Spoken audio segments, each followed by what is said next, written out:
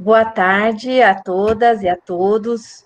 Espero que estejam todos bem, né? Espero que nesse longo período, né, de pandemia, isolados, nós consigamos pelo menos manter a nossa sanidade mental. E por mais que seja sofrível às vezes a gente estar online, mas acho que esses momentos de reflexão crítica, né, de pensar sobre a nossa prática social, eles nos ajudam também a passar por esse período, né? Então, hoje nós vamos ter a aula da Fernanda, eu já vou apresentá-la. Antes eu queria dar alguns avisos, né? Nós tivemos que mudar um pouco o nosso cronograma por conta da ABCP na semana passada, né?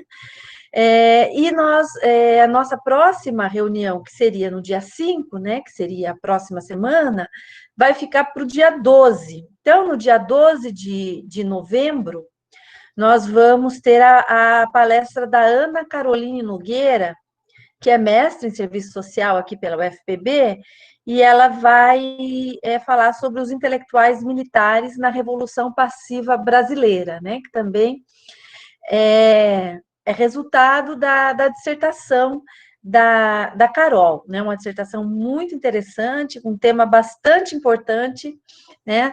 Falar dos militares hoje no Brasil é falar do centro da política brasileira, né? Bom, então, a próxima reunião será dia 12, com a Ana Caroline, e o nosso encerramento será dia 19 de novembro. E aí nós teremos o Gianni Freso, que é o presidente da International Gramsci Society Brasil, né? Então, nós vamos trazer um pesquisador sênior para fechar aqui o nosso ciclo, e ele vai falar sobre a biografia intelectual de Antônio Gramsci, que é um livro que ele acaba de publicar, né? Bom, então, hoje a Fernanda vai ter 50 minutos ao todo. Eu aviso, então, Fernanda, quando a gente chegar em 40 minutos, te recordo de parar os 20 minutos, essa parada no meio, você decide o horário, quando vai ficar melhor de parar, né? Não é tanto tempo, mas o bloco, né? Então, dá uma paradinha, lembrando, gente, que essa parada que a gente dá no meio foi uma indicação de vocês na avaliação, né? Que é para fazer perguntas pontuais. Então, questões como aquele autor que vocês não entenderam, um pouco da explicação sobre o conceito, uma palavra, são coisas menores. E aí as contribuições, as reflexões mais alongadas, a gente vai deixar para o final, tá? Então, a Fernanda vai ter esses 50 minutos, e aí depois a gente abre para discussão. Então, eu vou estar aqui, se vocês quiserem, podem se inscrever para a discussão depois e para abrir o microfone e falar, ou durante a fala da Fernanda, vocês podem também colocar no chat aquelas questões mais longas que vocês quiserem colocar, e eu vou anotando, e no final eu leio essas questões. Então, vocês têm duas formas de participar, ou abertamente, com o microfone aberto, ou no chat, como de costume. Bom, então deixa eu apresentar aqui a Fernanda. Fernanda Maranho é mestre em Ciência Política e Relações Internacionais pela Universidade Federal da Paraíba e é membro do grupo de pesquisa Materialismo e Modernidade aqui da UFPB. E a Fernanda terminou a dissertação dela no ano de 2019, que se intitula Agroecologia como Orientação Política no MST, Caminho para a Emancipação Nacional Popular ou para o Transformismo? Então, hoje, ela traz aqui um pouco dos resultados da pesquisa, né, com o tema Os conceitos gramscianos de transformismo nacional popular a partir da análise da agroecologia do MST. Então, de antemão, muito obrigada, Fernanda, e a palavra está com você. Obrigada, Lu, pela apresentação e pela oportunidade de estar aqui divulgando um pouco da pesquisa, né, desses 2 anos aí estudando o MST e o Gramsci. Bom, vamos lá. Eu encaminhei para vocês um roteirinho para a gente ir acompanhando a discussão. Esse roteiro é mais ou menos o mesmo roteiro que a gente fez dentro da pesquisa. Então, se alguém teve a oportunidade de acessar ali o material da dissertação, vai ver que mais ou menos o caminho que eu fiz para o roteiro para a discussão hoje é o mesmo da dissertação. Bom, começar esse primeiro ponto que eu coloquei, né? Caminhos da pesquisa, agroecologia entre duas hipóteses, nacional, popular e transformismo.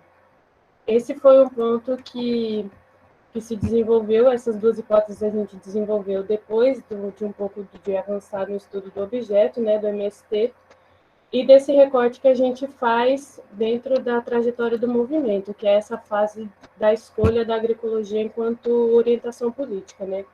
Então, o MST vem, né, de um longo percurso de lutas e de batalhas no cenário nacional, e nós recortamos essa fase da agroecologia enquanto orientação política, que foi no Congresso nos anos 2000.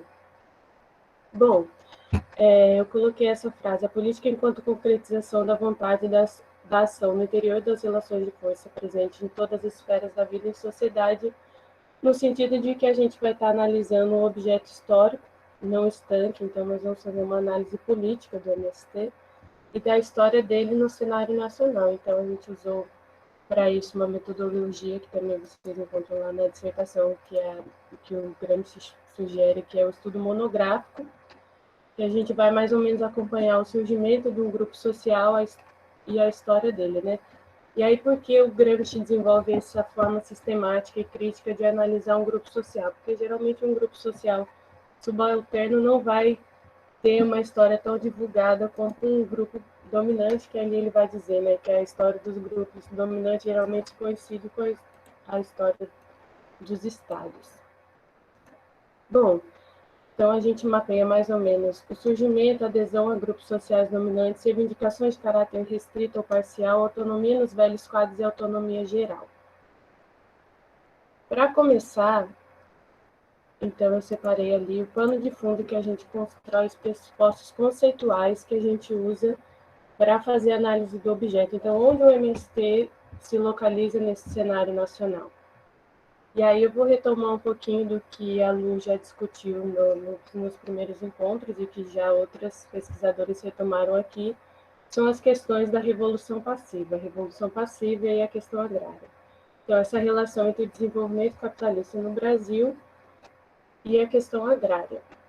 Para isso, para retomar o conceito do Gramsci, né, então eu vou falar um pouquinho sobre essa questão da revolução passiva, do Gramsci conceituar o termo de nação não apenas como um desígnio de um organismo político isolado, mas de um entrelaçamento funcional e contraditório entre o Estado Nacional e a perspectiva mundial do mercado capitalista. Então, ali nos cadernos do Círio Gramsci vai dizer, né, no caderno 9, toda atividade econômica de um país só pode ser julgada em relação ao mercado internacional, e que, portanto, não existe um balanço puramente nacional da economia, nem para o seu conjunto, nem sequer para uma atividade particular. Então, essa análise da revolução passiva dos estados que foram se modernizando tardiamente, né, depois dos modelos clássicos da Revolução Francesa, e essa análise que o Gramsci faz do ressurgimento ideológico, esses estados que sofrem a interferência a diferença de correntes ideológicas externas, né, e que em nível nacional o grupo portador das ideias não é um grupo econômico, mas os intelectuais. O que isso quer dizer? São intelectuais dentro do estágio em que agem modernizando pelo alto, sem a interferência das classes populares, sem um elemento ativo popular para essas reformas, para essa transformação dentro do aparelho do Estado e da modernização da sociedade. Então, esse desenvolvimento do capitalismo sem a participação popular. Esse seria o conceito da revolução passiva. E é o diálogo que a gente vai fazer com o Florestan Fernandes. Um minutinho para me achar aqui. Vai ser a partir do conceito que ele desenvolve de capitalismo dependente. Então, essa forma sui generis do capitalismo dependente. Um outro autor que a gente vai trabalhar também é o Carlos Nelson Coutinho, que vai chamar a atenção para o agrarismo no processo de modernização da sociedade brasileira como componente social e econômico essencial para compreender os elementos que caracterizam a Revolução Passiva. Então, o Florestan ele vai fazer esse recorte dele sobre as revoluções encapuçadas no Brasil, que eu não vou entrar em detalhe no processo, mas mais né, nas consequências desse processo, desde a independência até o ano pós-Getúlio Vargas e a Revolução de 30. Então, ao contrário do que se tem como modelo clássico de revolução, com rupturas, participação popular e sublevação violenta e relativamente rápida do poder, no Brasil teria se conduzido o processo de modernização e aburguesamento da sociedade, conservando grande parte da forma econômica precedente, oligárquica. Então, o Florestan vai falar sobre essa articulação entre o arcaico e o moderno e a formação sui generis do capitalismo independente. Então, de um arranjo entre a oligarquia agrária e a oligarquia comercial financeira, o autor identifica a base para o que se chama de consolidação conservadora da dominação burguesa no Brasil. E aí ele vai dizer que, afinal de contas, a oligarquia rural era a única que dispunha de poder político e econômico suficiente para realizar essa passagem do mundo pré-capitalista para o mundo capitalista na sociedade brasileira, o que tornou, contraditoriamente, uma classe tradicional no peão de modernização para a sociedade brasileira, articulando e fundindo esses dois elementos do velho e do novo. Então, você não rompe com a forma social precedente. É a própria a intelectualidade, os próprios agentes da forma precedente que fazem a transição para esse novo momento, conservando o que lhe era de interesse e transformando o que eram imposições externas. Bom, e quais são as consequências da não participação da população no cenário político e dessa revolução sem revolução? Aí o Florestan vai dizer que onde a dominação burguesa, na realidade específica dos países de capitalismo independente e de passado colonial, não existe a conexão entre a dominação burguesa e a Revolução Nacional Democrática. Aí vou ler um trechinho aqui de uma fala dele. Ao fechar o espaço político aberto à mudança social construtiva, a burguesia garante o único caminho que permite conciliar a sua existência e o florescimento com a continuidade e expansão do capitalismo independente. Aqui não se trata de acalentar fatalismo ex post facto, mas de buscar uma clara projeção interpretativa dos fatos. Há burguesias e burguesias. O preconceito está em pretender-se que uma mesma explicação vale para as diversas situações criadas pela expansão do capitalismo no mundo moderno. Certas burguesias não podem ser instrumentais ao mesmo tempo para a transformação capitalista e a revolução nacional e democrática. O que quer dizer que a revolução burguesa pode transcender as transformações capitalistas ou circunscrever-se a ela, tudo dependendo das outras condições que cerquem a domesticação do capitalismo pelos homens. Bom, então, essa função que estariam nos anais, né, da literatura do liberalismo, dessas funções que a Revolução Burguesa cumpriria para além da transformação do mercado, no mercado capitalista, ou seja, as reformas democráticas, todas as discussões em torno de propriedade ou de igualdade, né, os lemas da Revolução Francesa, o Florestan está colocando aqui que não se trata de uma universalidade, né, nesses processos. Há burguesias e burguesias, então, a depender do contexto nacional de cada país, esse processo vai se dar de uma forma e resultar em um cenário específico. No caso do Brasil, o capitalismo independente. Bom, o que é o resultado do capitalismo independente, desse processo? Qual o cenário que se conforma, então, dentro do capitalismo independente? A dominação burguesa no capitalismo independente não desfruta e nem poderia desfrutar de bases estáveis para o seu funcionamento e ampliação, o Florestan vai dizer.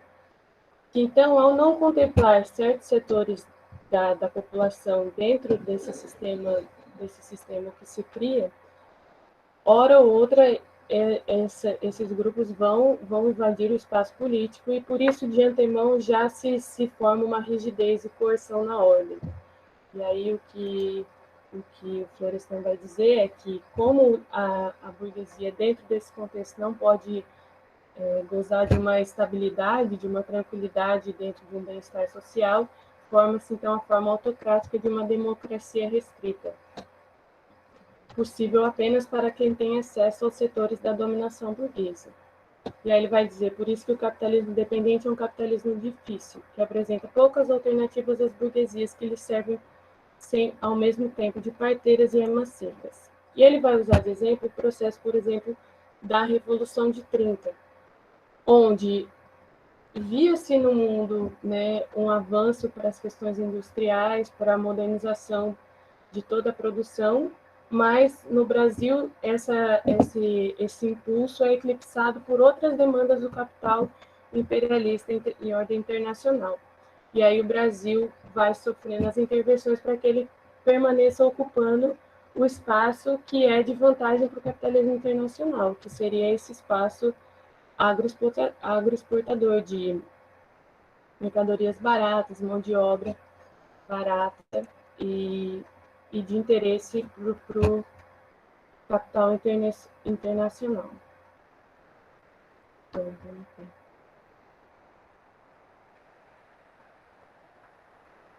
Bom, ainda assim, ainda que fora das potencialidades, né, ainda assim ocorrem as modernizações dentro desse capitalismo, ainda que de forma subserviente e conservadora, é o que o Florestan vai dizer. Dessa forma, a revolução burguesa no capitalismo dependente também é difícil, mas igualmente necessária. Aí Florestan sintetiza esse período da Revolução de 30 nesse trecho aqui que ele diz: quando uma determinada forma de organização capitalista da economia e da sociedade era absorvida, isso ocorria em consequência de uma mudança da natureza do capitalismo na Europa e nos Estados Unidos.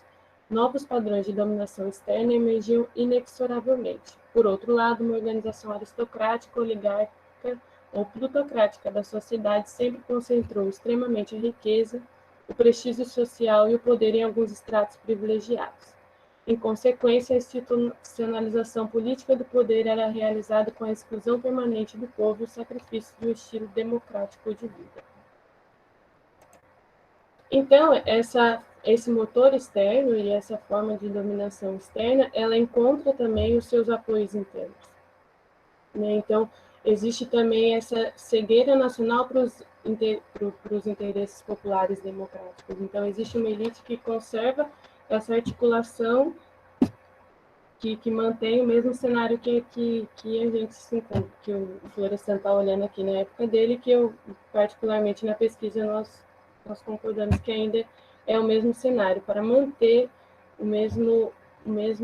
as mesmas estruturas econômicas, né, arcaicas, né, produção de matéria-prima e bens primários, necessários para esse esquema de exportação e importação.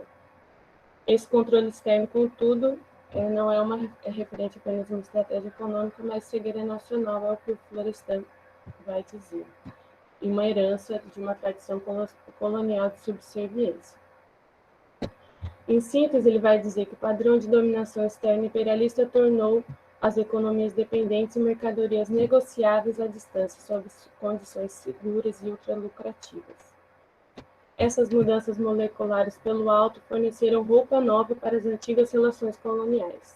O escravismo deu lugar à superexploração do trabalho, a ordem oligárquica se vestiu de democracia sem, contudo, permitir a participação ativa das massas, obstaculizada pela violência direta ou pela assimilação pela via do transformismo, de suas lideranças e mesmo de inteiros partidos de origem trabalhista. A ordem tradicional se vestiu de legalidade sem, contudo, admitir uma fundamental superação da dominação oligárquica, definindo uma democracia restrita às elites.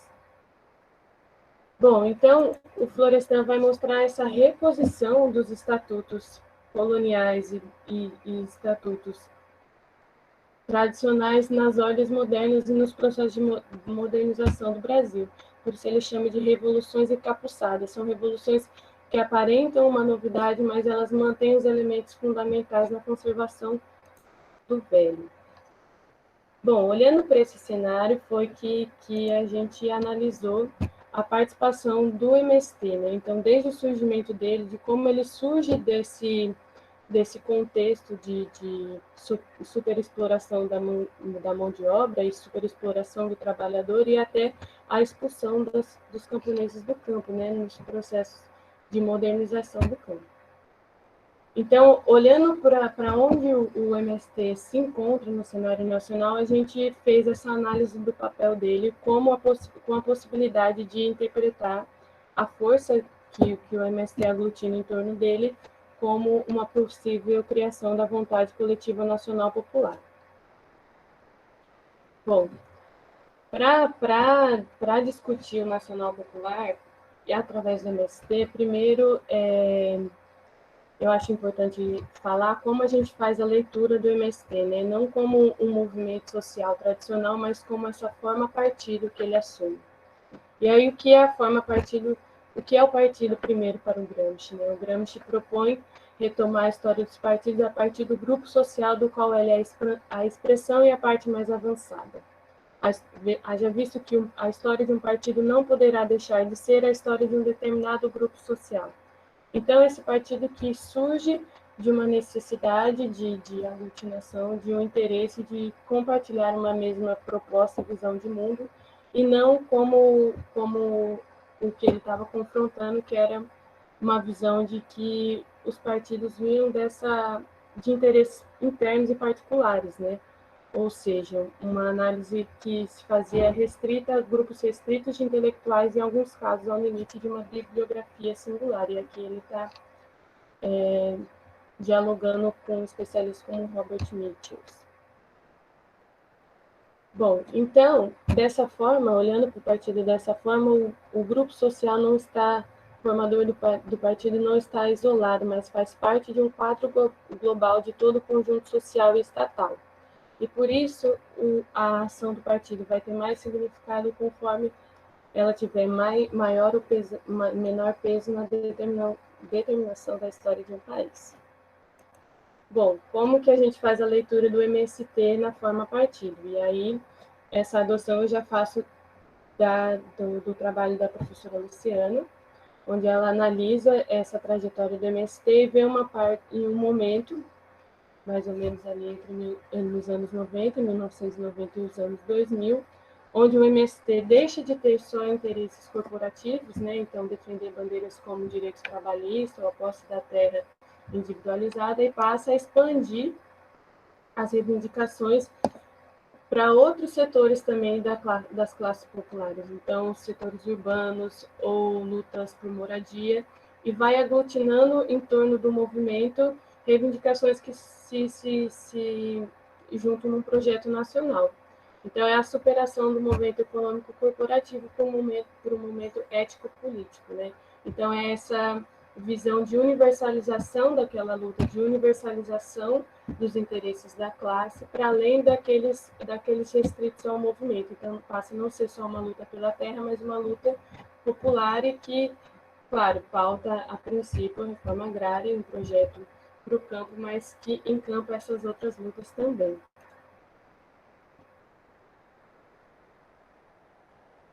Bom, nesse momento dos anos 90, seria um momento que é lido como propício para acontecer essa passagem, porque foi um momento de muita repressão e muito adoecimento na relação entre o MST e o Estado, né? Ali entre os governos Collor e Fernando Henrique, o MST começa a ser muito mais atacado, disponibilizar de muito menos recursos, muito menos avanços no projeto, e para isso ele olha para dentro do movimento, toma medidas para maior coesão e para um fortalecimento, né, e expandir as bases do movimento. Por isso que entre os anos 90 e os anos 2000 é chamado de um momento de crise do MST, mas também pode ser chamado como um momento de fortalecimento do movimento enquanto movimento autônomo. Deixa eu ver aqui onde eu estou no roteiro. Sim, ali em 1995, né, o lema do terceiro Congresso Nacional se torna uma nova bandeira, reforma agrária, uma luta de todos. Nesse período se forma uma segunda leva de militantes do MST, oriundos de vários estados brasileiros e que são fruto das escolas de formação do próprio MST. amplia-se a disposição e unificar a luta entre trabalhadores do campo e da cidade. De fato, nesse momento, a base é duplicada. Bom, passando para essa segunda parte do roteiro, ali onde eu coloquei sobre a centralidade da economia, né? Então, por que eu destaquei essa parte? Porque até eu coloquei uma citação do Delvaux embaixo. Apesar de muitos autores trabalharem com Gramsci mais dentro desse âmbito da política e da cultura, é na economia e na reprodução da vida material que o Gramsci vai ver o núcleo, né, que determina o complexo das relações que compõem a totalidade. Então, é do ambiente da produção e da reprodução da vida material que vão surgir esses outros elementos que vão formar uma concepção de mundo, um novo momento, né? Então, eu destaquei esse ponto, fazendo esse vínculo com a agroecologia, por ela ser uma medida que foi tomada como orientação política, mas ela é uma base, né? Elas são pressupostos de produção. Então, vai nascer do ambiente da produção uma nova orientação política e uma novo princípios de uma concepção de mundo para MST. Então, é esse vínculo que eu fiz com essa citação. Bom, Gramsci, conceituando o nacional popular,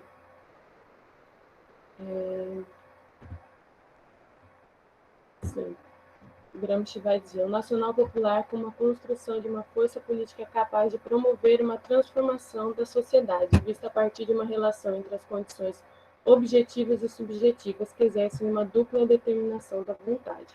A vontade como consciência operosa da necessidade histórica, como protagonista de um drama histórico real e efetivo.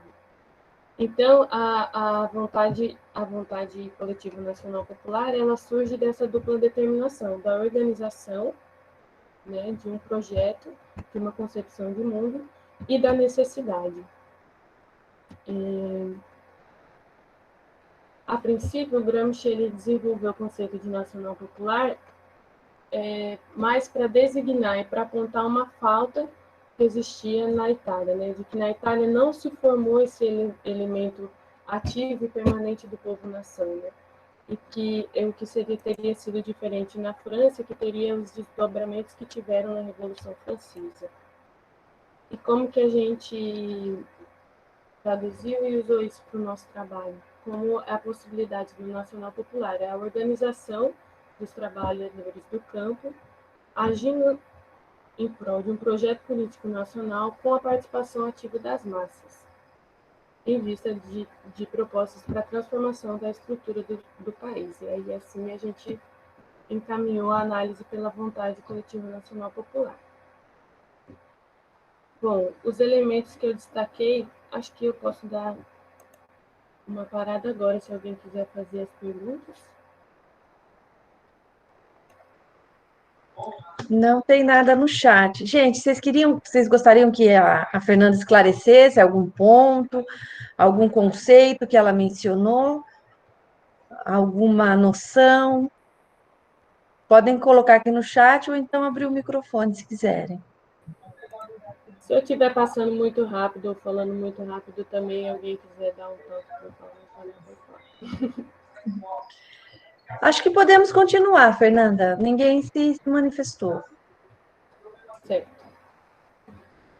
Bom, então já entrando para a questão da reforma agrária popular e da agroecologia, o que a gente observou numa principal cartilha que a gente acessou do MST, que é o Caderno de Formação 38, Trabalho de Base e Formação Popular, é que ele traduz em outras expressões vários pontos que são do próprio pensamento do Gramsci, né, dentro da metodologia popular. Então,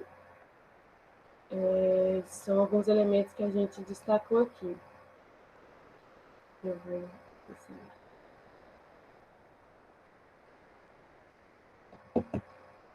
Bom, ali, então, onde eu coloquei no roteiro. Agroecologia no MST, né? Aí, crise e motivos propulsores, mais ou menos eu já falei ali, né? Entre 1990 e os anos 2000, onde tem essa crise econômica e política em relação à oposição com o Estado e a necessidade do MST se fortalecer enquanto movimento autônomo, né?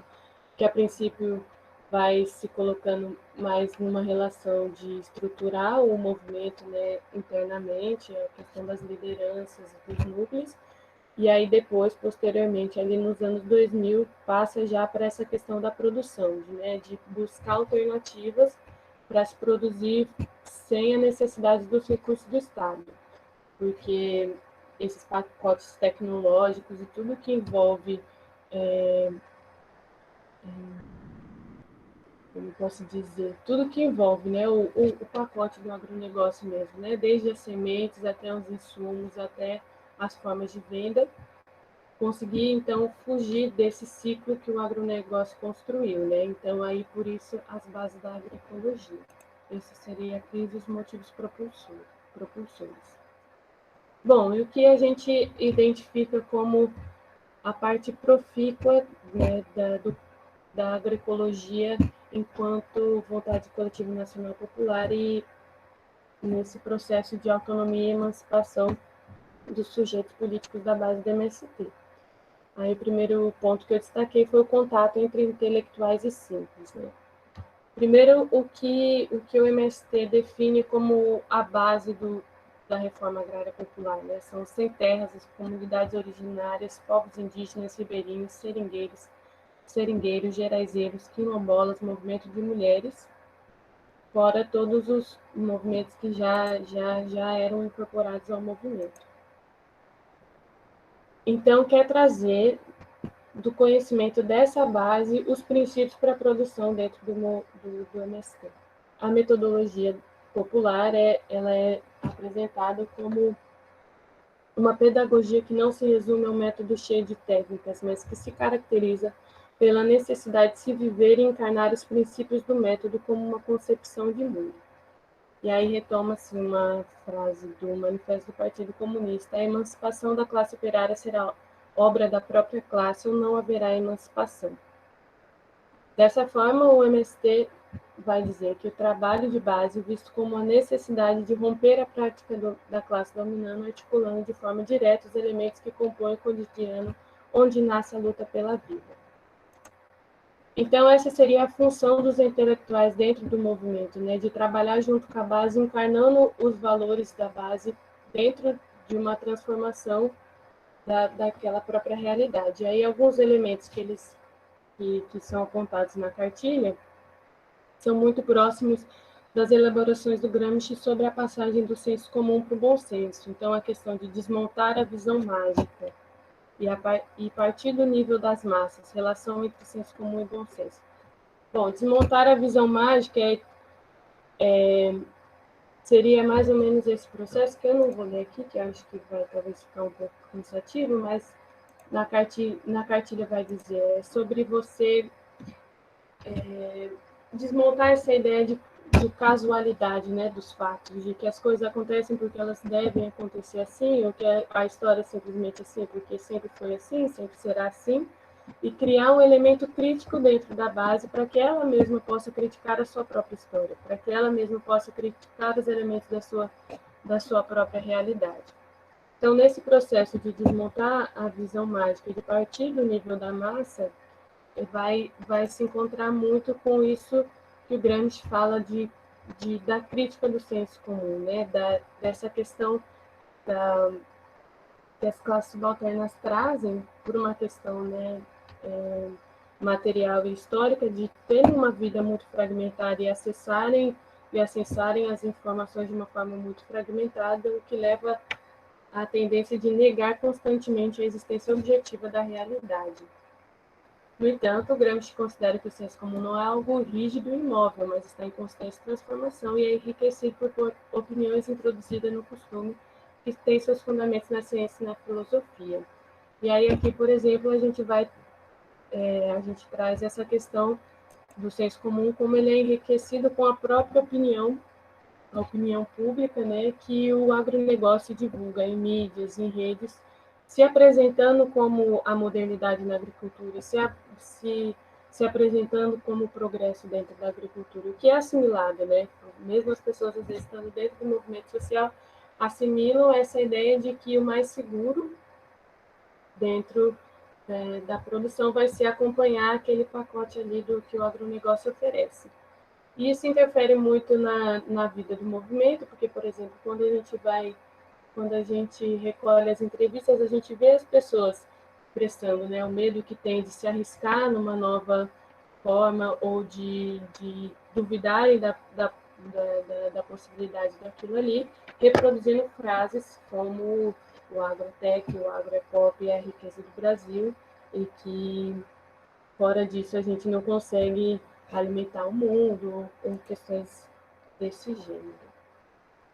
Bom, então o que o Gramsci fala dessa passagem do senso comum para o bom senso é esse conhece-te a ti mesmo, como um produto do processo histórico até hoje desenvolvido que deixou em ti uma infinidade de traços acolhidos sem análise crítica. E aí, para fazer essa passagem do senso comum ao bom senso, né, analisando essa proximidade entre os elementos colocados pela metodologia do MST e o que o Gramsci fala, é essa necessidade de formar intelectuais orgânicos, né, intelectuais que que conheçam a vida da massa, né, que conheçam os valores, conheçam os receios, então que encarnem realmente essa perspectiva popular na hora de desenvolver um trabalho junto com a base. Então, é o que o Gramsci vai dizer, a necessidade de que este processo tenha um sentido democrático encarnado na perspectiva popular, que é o que o Gramsci também vai dizer, que é a tarefa dos intelectuais na formação dos sujeitos, de realizar essa passagem do senso comum para o bom senso, para uma concepção coerente capaz de unificar a vontade dispersa das massas e de criticar a própria concepção de mundo. Aí ali um trechinho que é do trabalho da Luciana vai dizer: o bom senso caracteriza-se pela elaboração da consciência histórica dos conceitos e fatos, ou seja, compreende-se a historicidade dos processos sociais, o que permite também a compreensão de que certa concepção de mundo está ligada a determinada classe. Isso implica no início da elaboração da consciência de classe. Bom,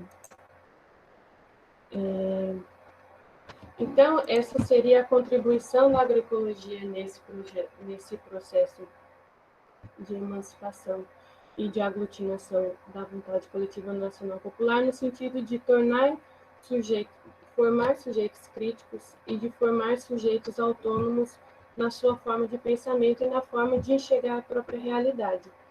Né? Por isso que a gente vai colocar ali que a adoção da agroecologia como orientação política ajuda a amadurecer a construção de um novo projeto para o meio rural, uma nova concepção de vida nesse espaço. Bom, e no sentido da superação da subalternidade, né? Então, essa autonomia dentro do movimento tornaria o movimento menos dependente do Estado e menos à margem, né? À margem da história, ou seja, menos dependente de um recurso de alguém que é o seu próprio oponente, né? Então, essa possibilidade de fazer esse Estado. Certo. Então, essas seriam as contribuições. Aí, quais são os limites e desafios dentro ainda desse bloco do Nacional Popular? É claro que esse material que a gente está analisando, ele é um material teórico são princípios a serem seguidos pelo movimento para se desenvolverem aqueles objetivos que o movimento traçou para essa etapa, né, da vida do movimento. E como um material teórico, né, ele não é suficiente para a gente constatar o alcance prático dessa estratégia. E aí os pontos mais frágeis que a gente mapeou são pontos que são observáveis em todo a história da região, né, da América Latina, vamos colocar assim, onde tem esse Estado forte e modernizado pelo alto, né? E aí a gente usou um autor que é o Portantieri para falar sobre essa questão do sentimento antiestatal, né? Dessa dificuldade de mobilizar as massas e a base para que as reformas sejam feitas de baixo para cima, né? De não esperar que o Estado faça pelo movimento, mas que o movimento pressione o Estado e se opondo ao Estado, pressione o Estado para que esses objetivos sejam concretizados.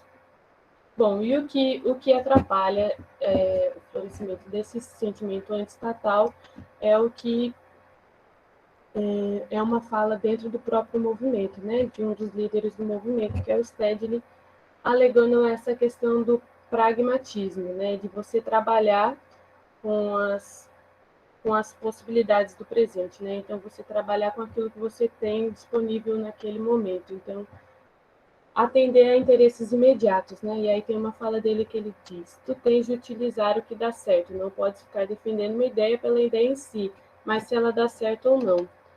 Então, nesse caso, ele está se referindo a, por exemplo, postulações teóricas do marxismo ou de outras searas dentro do marxismo ou da transformação da realidade, onde ele diz que não é pela ideia que se vai trabalhar, mas pelo se ela vai funcionar naquele momento ou não.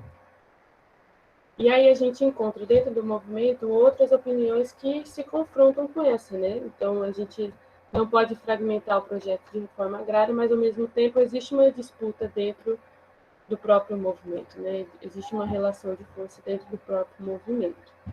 E aí uma outra fala que a gente usa para expor essa disputa é do outro líder, que é o Ademar Bogo, que é ele falando sobre a questão do Pronera, né? Sobre os resultados imediatos e a busca e o uso do Pronera numa transformação estratégica, né? E aí o que você precisa entregar no lugar de receber esse recurso, né? O Pronera é um programa educacional do Estado. E aí ele fala como a perda da autonomia em vários sentidos, mas principalmente financeira, acaba se tornando um engodo estratégico, né? E aqui ele fala, usado pelo governo Lula, fundado sobre o enunciado de que no Brasil havia espaço para pequenos agricultores e para o agronegócio, o que escondia que o espaço territorial para a reforma agrária era aquele já oficializado e que o sem terra tinha um mundo a perder enquanto o agronegócio tinha um mundo a ganhar. Poderia estender-se isso a todos os lugares de interesse do capital com apoio de elevados créditos oferecidos pelo mesmo governo. E aí aqui ele vai falar como que a transformação de alguns militantes em agentes do Estado, né, através desses programas, vai tirando o conteúdo desses militantes no sentido de trabalhar no sentido crítico, para criticar mesmo do governo que está ali se aliando ao movimento, e selecionando conteúdos, então, dando limite à formação do movimento, né? Bom, com essa fala, eu já vou entrar no terceiro ponto que eu coloquei ali, da subalternidade à autonomia, o MST e a gestão do Estado pelo Partido dos Trabalhadores. Bom, a primeira questão entre o MST e o PT é o surgimento, né, a formação dos dois, do movimento e do partido, né, que ali eu coloco essa frase, ramos do mesmo cepo, porque se coincidem, né, a história do MST e do PT. E analisando essa ligação orgânica entre os dois movimentos, do trabalho da Luciana, que se analisa essa questão de que, ao chegar ao PT, a chegada do poder pelo PT lança uma confusa paralisia nas ações do MST, provocada por análises ambíguas, né? Ao assumir o governo, o PT teria deixado evidente a base capitalista de seu programa, que teria como finalidade a superação da crise no modelo neoliberal, que representa a continuidade de políticas liberais na administração do governo, configurando um duro golpe sobre as demandas do sem terra. Bom, então, essa ligação orgânica entre os dois movimentos causa essa dificuldade em fazer uma análise descomprometida das posturas que o governo foi assumindo durante a sua gestão, né? Então, desde os anos 2013 ali até 2016, com o golpe da Dilma, o MST lançava muitas notas e muitas opiniões e tudo mais, mas a postura e o enfrentamento se dão de outra forma, né? Fernanda, você tem 10 minutos, tá? Tá. 40 minutos agora de fala. Tem mais 10. Uhum. Obrigada. Bom, então, essa questão de que o Stanley vai afirmar sobre um refluxo que vive os movimentos sociais na América Latina, no geral, durante esse período, né? Que aí, isso ao ser confrontado, né, sobre a questão da baixa na radicalidade do MST, ele diz que isso não foi uma coisa que aconteceu só com o MST, mas com todos os movimentos sociais nesse mesmo período. E aí, na dissertação, eu trago bastante gráficos mostrando que realmente esse refluxo e essa baixa na radicalidade ocorre, né? Então, a princípio, eu mostro ali os repasses do governo Lula para o MST no primeiro mandato, os repasses do governo FHC para o MST no segundo mandato, fazendo uma comparação, mostrando que, de fato, não são tão diferentes um do outro. Quer dizer, os repasses são bastante superiores no governo Lula, mas aí, em questão de reforma agrária, de distribuição de terras, não são tão diferentes. Aí outros gráficos que eu trouxe, e aí quem quiser tem ali na dissertação, é sobre o número de ocupações no Brasil entre 1988 e 2016, número de famílias e ocupações no Brasil, número de pessoas envolvidas no conflito de terra no campo brasileiro e número de imóveis desapropriados. Aí você vai vendo na curvatura dos gráficos que, a princípio, em 2005 e 2006, os recursos são altos e a radicalidade também é alta, né? Essa é a mesma época entre 2005 e 2006 que o MST faz, por exemplo, ações nas fábricas de produção de alguns bens, não sei dizer, produtos estrangeiros, né? Então, algumas ações de bastante radicalidade, mas aí depois ali de 2005, 2016, isso vai caindo. Em todos esses gráficos, tanto o número de ocupações como de assentamentos criados vai caindo bastante até chegar ali em 2016 ao nível zero, nenhum assentamento novo naquele ano. Bom,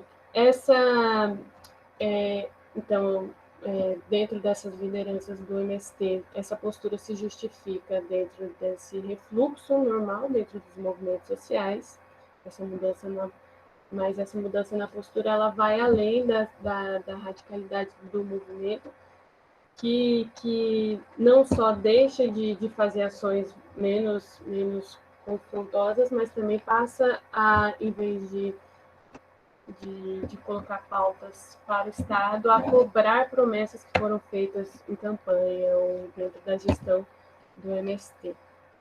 E deixa de realmente exercer uma pressão popular no Estado. O argumento do PT nesse momento é de que o foco do governo Dilma não estaria na quantidade de assentamentos, mas na qualidade dos assentamentos. Então, seria uma nova lógica da reforma agrária, que não olha pura e simplesmente para a distribuição de terras, mas para a necessidade de garantir condições de desenvolvimento na terra, segundo que nada adianta a distribuição com a permanência das populações na extrema pobreza. Mas aí já é de 2014, no 6º Congresso do MST, uma outra fala do Stedley, onde ele diz que feijoada sem feijão não é feijoada, ou seja, a reforma agrária sem o seu elemento principal, que é a redistribuição do latifúndio, não é reforma agrária. E, conforme é colocado no projeto de reforma agrária popular e no que vai ser dito sobre a agroecologia como orientação política, ela não tem essa função de substituir uma frente de luta dentro do movimento, mas de complementar. Então, não seria uma questão de quantidade ou de qualidade, mas de agregar um salto, dar um salto de qualidade dentro do movimento, aprofundando a reforma agrária para um movimento além da posse da terra. Então, para o movimento de realmente emancipação dos sujeitos e de ampliação da transformação proposta ali pelo projeto. E aí, algumas questões que eu levantei na pesquisa é o que tornam inconsistentes e paradoxais você querer conciliar a falta a falta de avanço na questão fundiária e a qualidade dos assentamentos junto com o agronegócio, que é, por exemplo, o aumento da concentração de terras nesse período e um índice de Gini maior também. Então, é incontornável reconhecer o impasse entre a proposta de reformulação e ressignificação da reforma agrária e o vínculo entre MST e PT. Então, a proposta da nossa leitura é que, ao invés de lermos como pragmatismo de refluxo ocasional no curso da história, lemos esse processo que passa o MST como um processo de transformismo, né? E aí eu vou ler aqui para ficar bem certinho. Definido por Antônio Gramsci nos Cadernos do Cárcere como uma das formas históricas da revolução passiva, é tido como o âmbito da pequena política, que, como servo da contingência, limita-se a reproduzir as condições de existência do presente. A forma de dominação consequente a esse processo leva a uma inversão do exercício normal da hegemonia. Leva a uma inversão do exercício normal da hegemonia. O que Gramsci define em outro momento como consciência encouraçada de coerção se torna coerção encouraçada de consciência. Uma vez que essa forma de Estado, de centralização burocrática e democracia restrita, paralisa o adversário e, pelo processo de transformismo, tolhe suas lideranças e decapitam as classes subalternas, mantendo-as em sua subalternidade.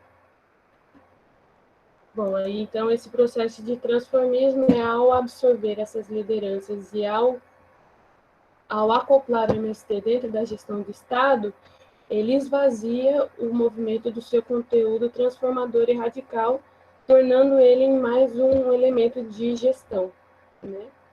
E aí as consequências disso, do transformismo, são as questões que, por exemplo, vão transformar os benefícios da gestão do PT em benefícios puramente cíclicos, né? Porque sem reformas estruturais dentro das pautas do movimento, se torna uma questão comprometida só com aquele momento, né? E aí acaba que o destino do movimento da classe fica sob controle do Estado e do mercado. Bom, outro autor que a gente usou para caracterizar essa confusa paralisia como um aspecto de domínio é a análise do Francisco de Oliveira sobre a hegemonia às avessas, né? Ele diz ali no governo do PT o que aconteceu. Enquanto as classes dominadas tomam a direção moral da sociedade, a dominação burguesa se faz mais descarada. Então, essa questão do projeto da agroecologia e de todos esses recursos que foram destinados para a agricultura familiar e para os movimentos sociais serem apresentados como um projeto do governo, mas quando você vai ver os recursos para esses projetos são muito inferiores ao que foi destinado, por exemplo, ao agronegócio.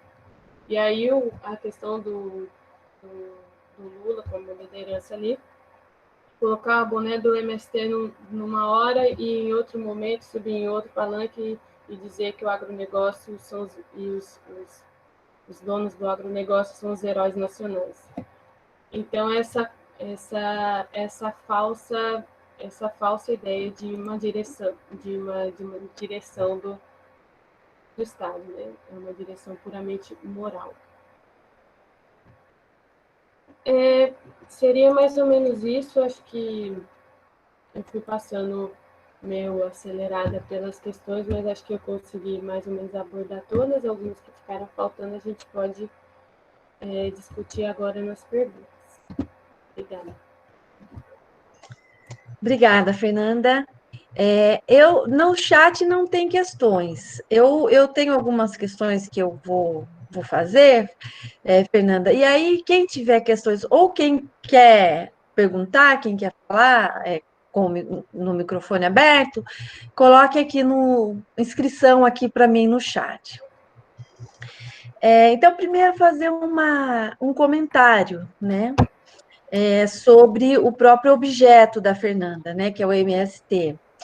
O MST, eu não sei, o Movimento dos Trabalhadores Rurais Sem Terra, eu não sei quantos de vocês aqui conhecem, né, têm um conhecimento da formação, da história do movimento, né? A Fernanda trouxe aqui um pouco, mas é um movimento que começa a sua organização em 1979, né? Que começa as ocupações em 1979, muito por conta da teologia da libertação, das comunidades eclesiais de base, no movimento já de final de ditadura militar.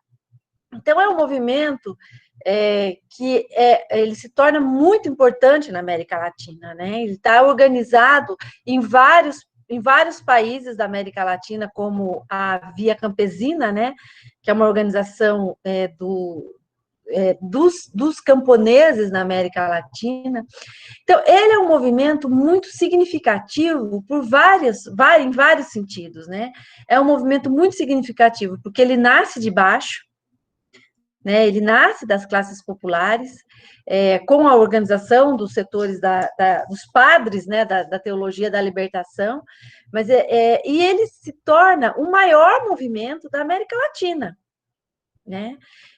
Ou seja, maior movimento em termos mesmo de base social, né? De número de militantes, de acampados e assentados. Então, o MST, ele foi objeto de muitas pesquisas, né? Nos anos 2000, principalmente, muitas pesquisas, e que se dividiam muito também sobre o MST, né? Parte dessas pesquisas diziam que o MST, ele não emancipava a base, né? Não emancipava a base, porque haviam relações de mandonismo, né? Relações de coronelismo, e existe mesmo, né? A gente, na pesquisa, a gente percebeu essas relações de poder hierárquicas, né? A reprodução do machismo, isso existe, claro, principalmente no movimento desse vulto, mas não existe só isso, né? Eu acho que essa é a contribuição dessas pesquisas, né, que eu procurei fazer, que a Fernanda procurou mostrar, é que tem todo um processo de educação popular que é muito importante, né? E educação popular, o MST já ganhou vários prêmios, né, de organismos internacionais, pelo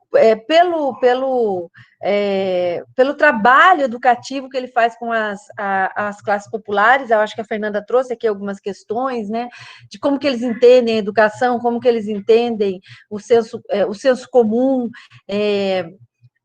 muito em associação com Paulo Freire, né? A gente sabe que o Paulo Freire tem uma leitura também, né, de Gramsci. Eles partem muito da pedagogia freiriana, né?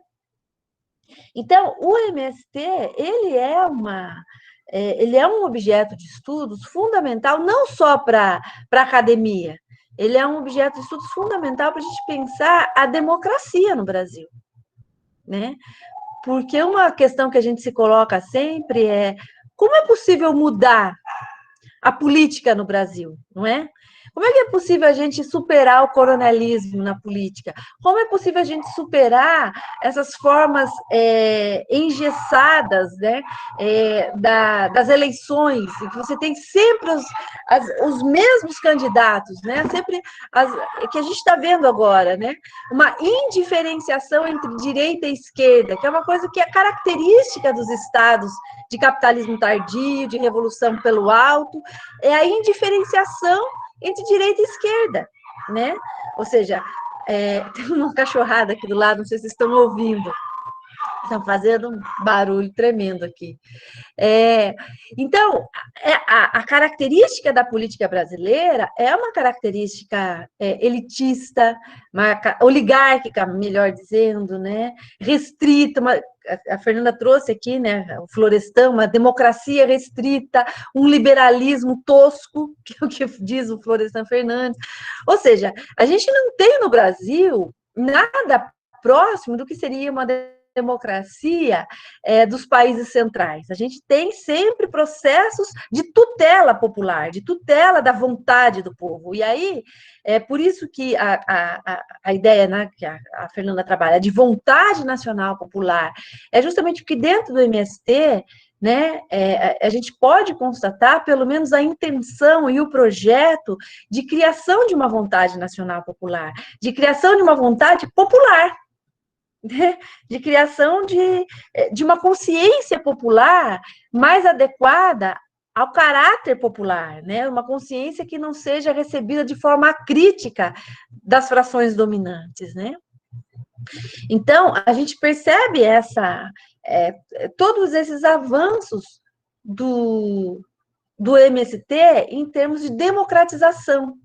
Democratização no sentido da educação popular, no sentido da criação de uma autonomia maior, né? Por isso a Fernanda pergunta, quer dizer, agroecologia no MST, criação da vontade nacional popular ou transformismo? Né?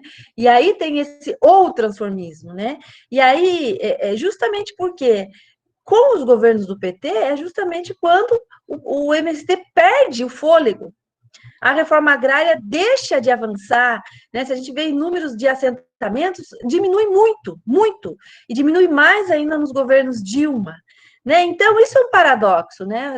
No governo de um aliado, é quando o MST ele regride. E aí, dá esse longo comentário, eu queria pedir que a Fernanda agora pudesse dar um pouco mais esse histórico da agroecologia, Fernanda, porque a partir do histórico do próprio MST, né? Por quê?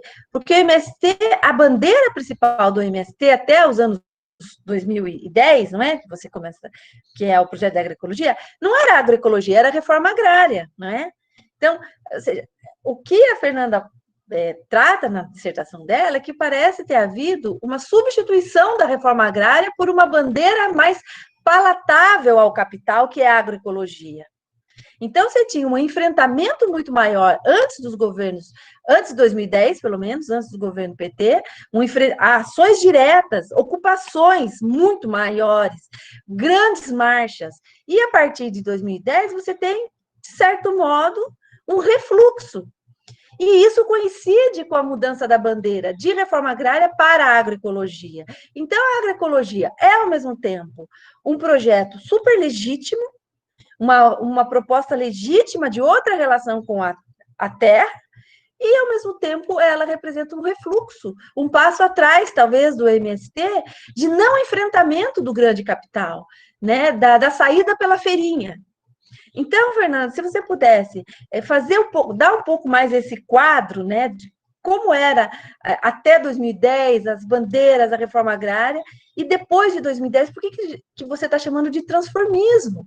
Porque, de certo modo, você está dizendo que o projeto de agroecologia, ele foi uma via para o transformismo, ou seja, o que é o transformismo aqui? A assimilação ao governo, ou seja, o MST se tornou um administrador do Estado. Então, se você pudesse fazer isso, eu acho que seria útil para a gente aqui para entender a pergunta, né, que você faz. Desculpa ter me alongado tanto. Então, foi ótima a sua contribuição, né?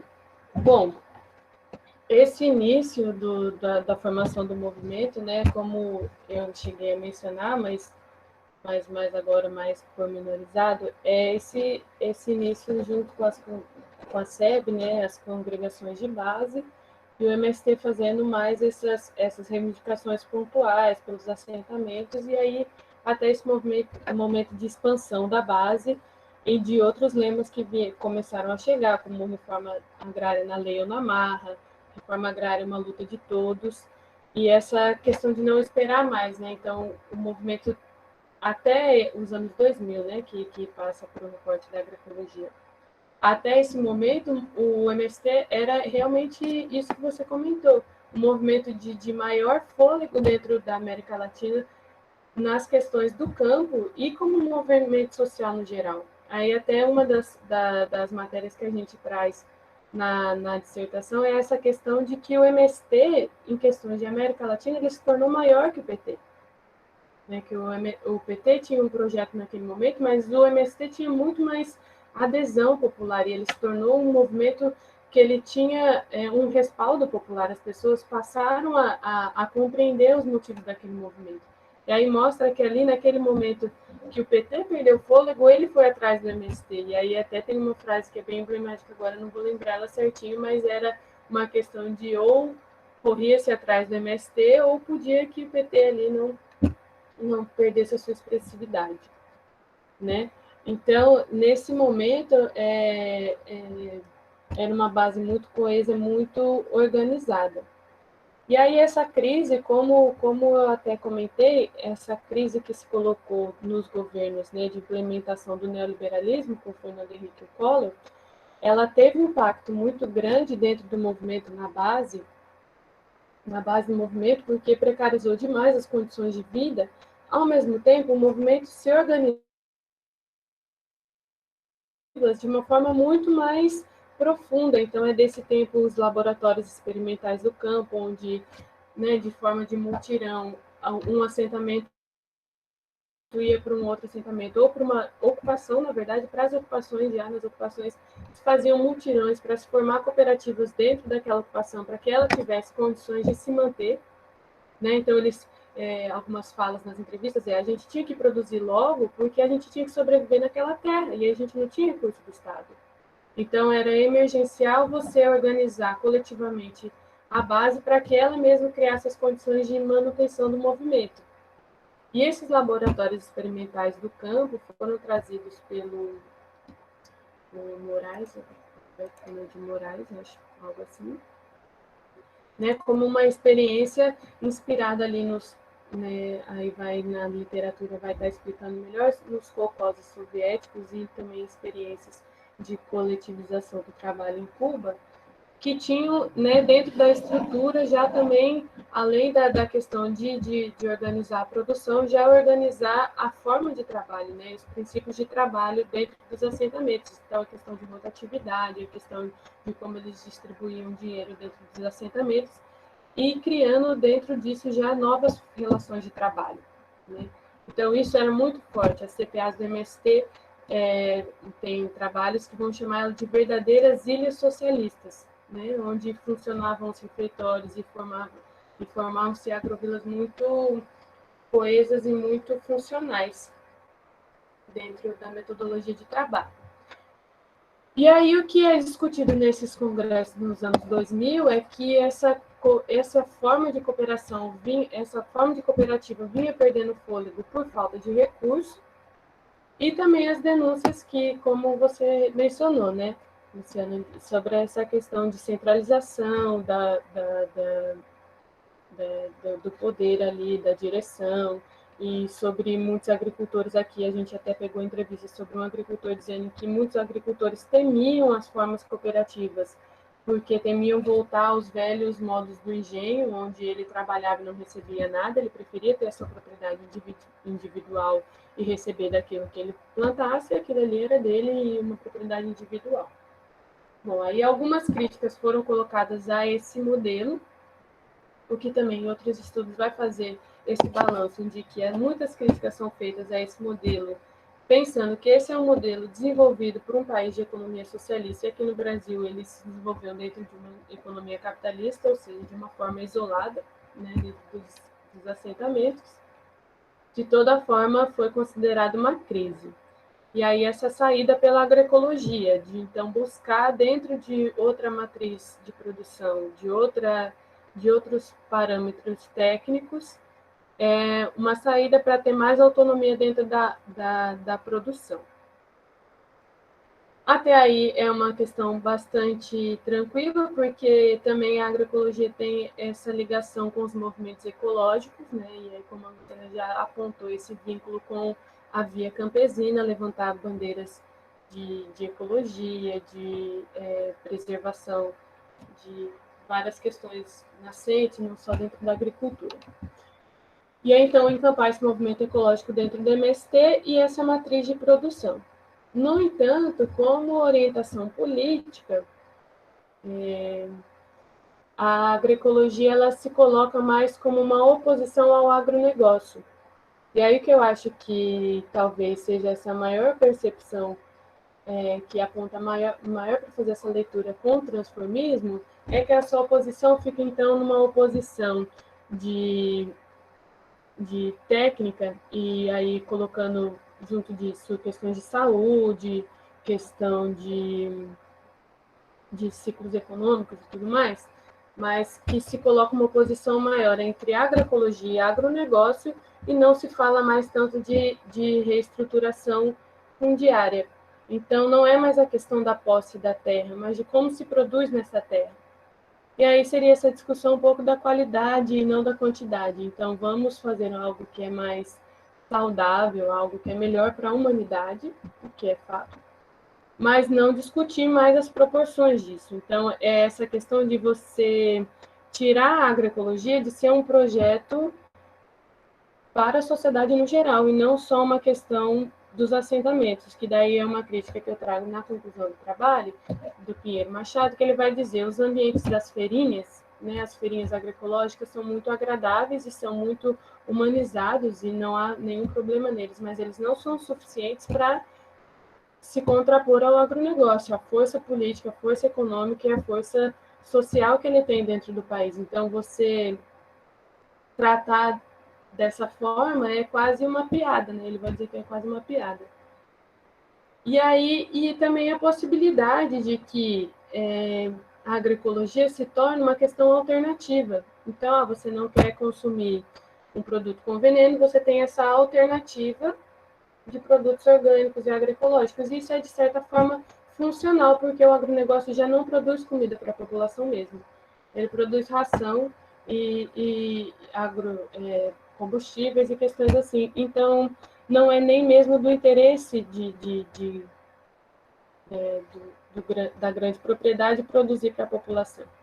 Então, é essa funcionalidade, né, de uma articulação entre o agronegócio e a agroecologia, de uma forma conveniente, que leva a gente a fazer essa leitura do transformismo, dela não ter mais uma capacidade de se contrapor a substituir,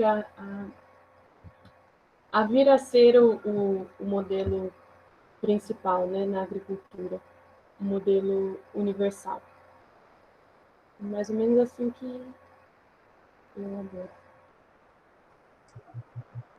E tem uma questão, né, Fernanda, que a reforma agrária, o que não era consenso dentro do MST, mas tinha correntes dentro do MST que questionava na reforma agrária a propriedade da terra, né? As próprias cooperativas de produção eram propostas de uma forma de propriedade diferente da propriedade privada, né? Embora o Stedley nunca assumiu essa posição mais radical, né? Ele dizia que o MST confrontava a grande propriedade, não a propriedade da terra, né? Existiam frações internas e a própria ação do MST ao ocupar a terra questionava a propriedade privada. E parece que com a agroecologia isso se perdeu, né? Ou seja, você abriu mão de um projeto de sociedade, que era isso que o MST apresentava, para um projeto de produção mais restrito, né? E a Luciana, ela comentou aqui no chat, parabéns pelo trabalho, Fernanda. Você poderia falar um pouco mais sobre o uso que você fez do Chico de Oliveira no seu trabalho?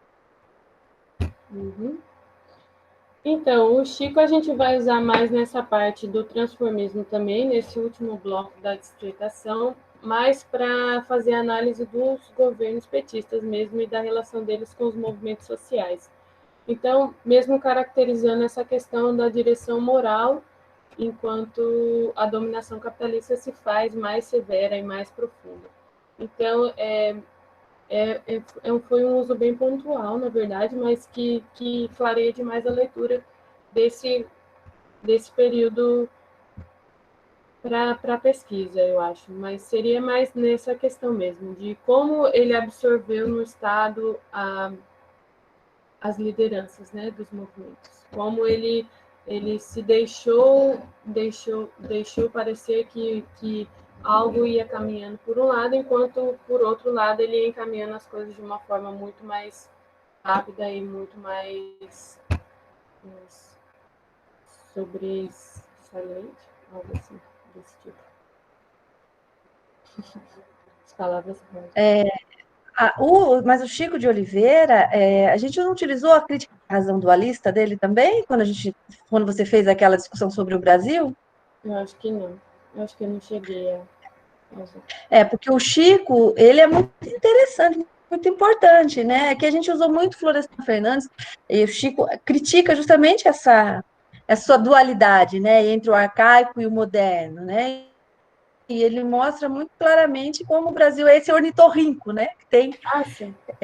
Bico de pato, pelo, bota ovo, né? Então o Chico é fundamental para fazer essa leitura da sociedade. Mas nessa obra que a Fernanda falou, a hegemonia às avessas, é praticamente uma provocação, né? Que com Gramsci foi um seminário que teve na USP. Aí estava o Chico de Oliveira, estava o Carlos Nelson Coutinho, estava a fina flor do gramscianismo lá, e eles fizeram uma discussão sobre o petismo e o lulismo. Eu não lembro se o Singer estava lá, mas se o Singer não estava, o lulismo foi formulado pelo Singer, provocado pelo Chico de Oliveira, com essa. O Chico de Oliveira escreveu um artigo na Piauí, né? Hegemonias avessas. Aí foi o Singer e quis fazer uma crítica, criou o conceito de lulismo, né? A ideia de lulismo, que eu acho que é boa, né? Para dizer que não, tem críticas, mas o lulismo também ele foi uma espécie de um governo, eu não lembro o termo que ele usa, mas apesar de neoliberal, com avanços sociais importantes, né? O Singer vai encaminhando meio ali pela revolução passiva como projeto, né? Isso, exatamente. Então, o Chico de Oliveira vai dizer, olha, hegemonias avessas por quê? Porque, na verdade, a hegemonia do PT não é popular, é do capital financeiro.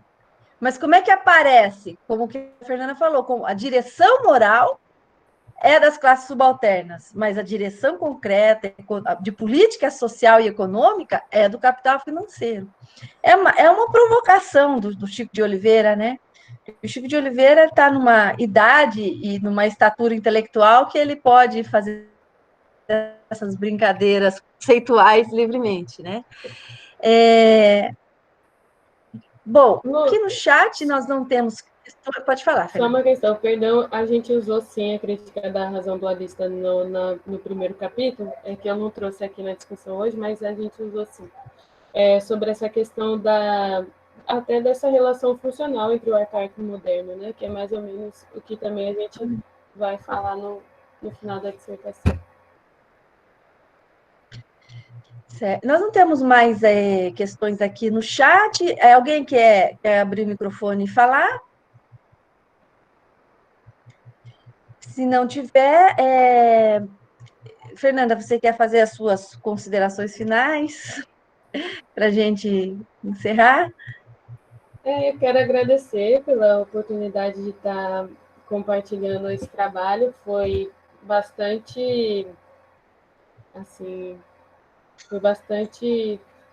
expandiu muito a minha percepção de leitura da realidade durante o mestrado, foi bastante importante para mim, é muito bom poder estar compartilhando com as pessoas, peço perdão aí às vezes, atropelos que vai tendo na fala, mas é isso aí os conteúdos mais bem estruturadinhos estão todos lá na dissertação, se qualquer pessoa quiser também colocar questões depois ou entrar em contato, estou aí à disposição. Obrigada, Fernanda. Foi muito grande o seu esforço, né, de concentrar em 50 minutos uma dissertação com problemas complexos, né? Então, convidá-las, né? Quem tem interesse no tema, eu disponibilizei a tese inteira da Fernanda, né? É um excelente trabalho, eu recomendo. e dizer para vocês que daqui 15 dias nós vamos, então, ter a gente, né, a Caroline, a Ana Carol, que acabou de escrever ali, que Ana Carol Nogueira de Souza, que vai, então, expor os resultados da sua pesquisa também, que ela vai também utilizar o conceito de revolução passiva, o conceito de intelectuais orgânicos, intelectuais tradicionais, para pensar um setor, né, dos militares, né, os tenentes, o movimento tenentista durante a Revolução de 30, né? Então, nós vamos mandar também o texto de apoio para vocês poderem ler com antecedência, e daqui a 2 reuniões nós terminamos, infelizmente ou felizmente, não sei. Esse ano muito difícil, né? Mas foi bom ter passado esse ano com vocês. Eu agradeço a todas e a todos que estão aqui, agradeço mais uma vez a Fernanda. Foi excelente, Fernanda, obrigada. E cuidem-se. E até daqui a 15 dias. Obrigada.